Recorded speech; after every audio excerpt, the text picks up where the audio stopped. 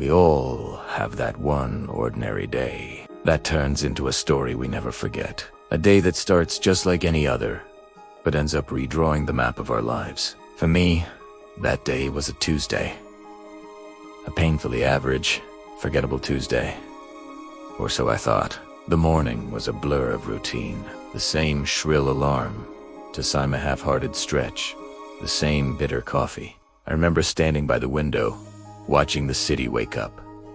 A symphony of car horns and distant sirens. Just another day in the urban jungle. I threw on a t-shirt and jeans, grabbed my keys, and walked out the door, completely oblivious that the universe had something else planned. The air was thick with the smell of exhaust and street-side food vendors. I remember thinking about a project deadline at work, about what to have for lunch, about the weekend that felt a million miles away. All the mundane, trivial thoughts that fill the empty spaces of our days. I got to the office, sat at my desk, and drowned in a sea of emails. The hours ticked by, marked only by the shifting light outside my window. Lunch was a sad desk salad.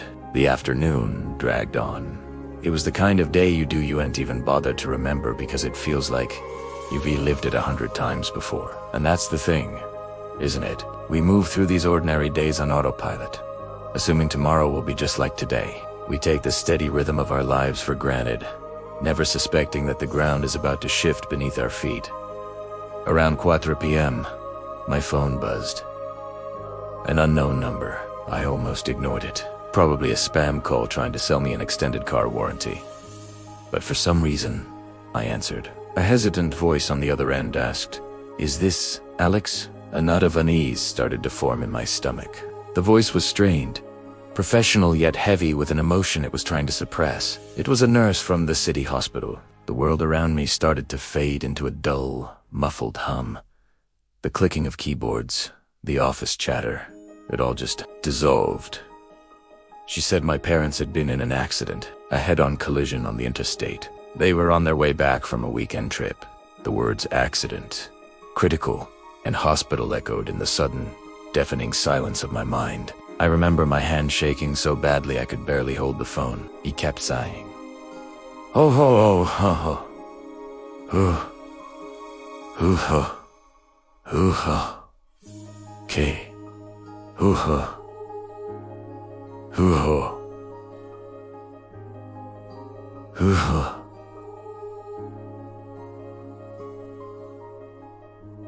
Meh.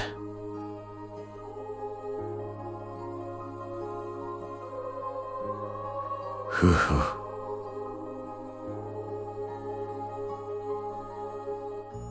Hoo ho. Hoo ho.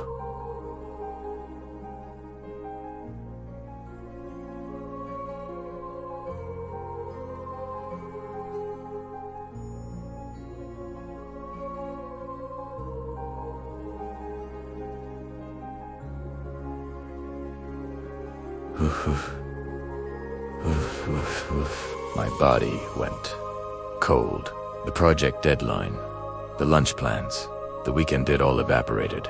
In that single moment, my entire world, the one I had woken up in that morning, ceased to exist. I don't remember leaving the office. I don't remember the drive to the hospital. All I remember is the blinding fluorescent lights of the emergency room hallway. It smelled of antiseptic and fear. A doctor with tired eyes and a kind face sat me down in a small, sterile family room. He spoke in calm, measured tones, explaining the severity of their injuries. The words were a torrent of medical jargon that I couldn't process. All I could hear was the unspoken finality in his voice. Time became a strange, syrupy substance. Minutes stretched into hours. I sat there, staring at a cheap, generic landscape painting on the wall, trying to make sense of the new reality that had just been violently thrust upon me. How could a day that started with coffee and emails end here? How could the two people who were the very foundation of my world be fighting for their lives? Just a few doors down. That night, everything changed. I went from being a son to being a caretaker, a decision maker, a pillar of strength I never knew I had to be. The following weeks were a whirlwind of surgeries, beeping machines, and hushed conversations with doctors. I learned a new language, the language of prognoses, of recovery percentages, of hope and despair. My life, once a straight, predictable line, was now a chaotic scribble. The journey was long and agonizing. There were setbacks. There were moments of gut-wrenching fear where I thought I'd lose them. But there were also small victories, a flicker of an eyelid, a squeeze of a hand, a whispered word. Each one was a lifeline, pulling us back from the brink.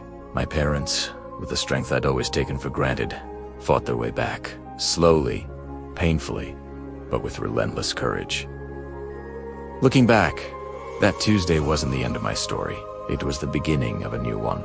It was the day I learned about the fragility of life and the incredible resilience of the human spirit. It taught me that strength isn't about never falling. It's about how you get back up. It forced me to reevaluate everything: my priorities, my relationships, the way I was living my life. Before the accident, I was just drifting, going through the motions. That unexpected call was a brutal, terrifying wake-up. It shattered my complacency and forced me to truly live, to be present, to appreciate the simple, ordinary moments, the quiet morning coffees, the mundane conversations, the simple presence of the people you love. Because you never know which ordinary day will be the one that changes everything. Every sunrise carries the potential to redefine us, and every single moment is a gift. Don't wait for a crisis to start truly living. Thank you so much for sharing this moment with me. If this story resonated with you, please consider liking this video and subscribing to the channel. It means the world. Take care of yourselves and each other.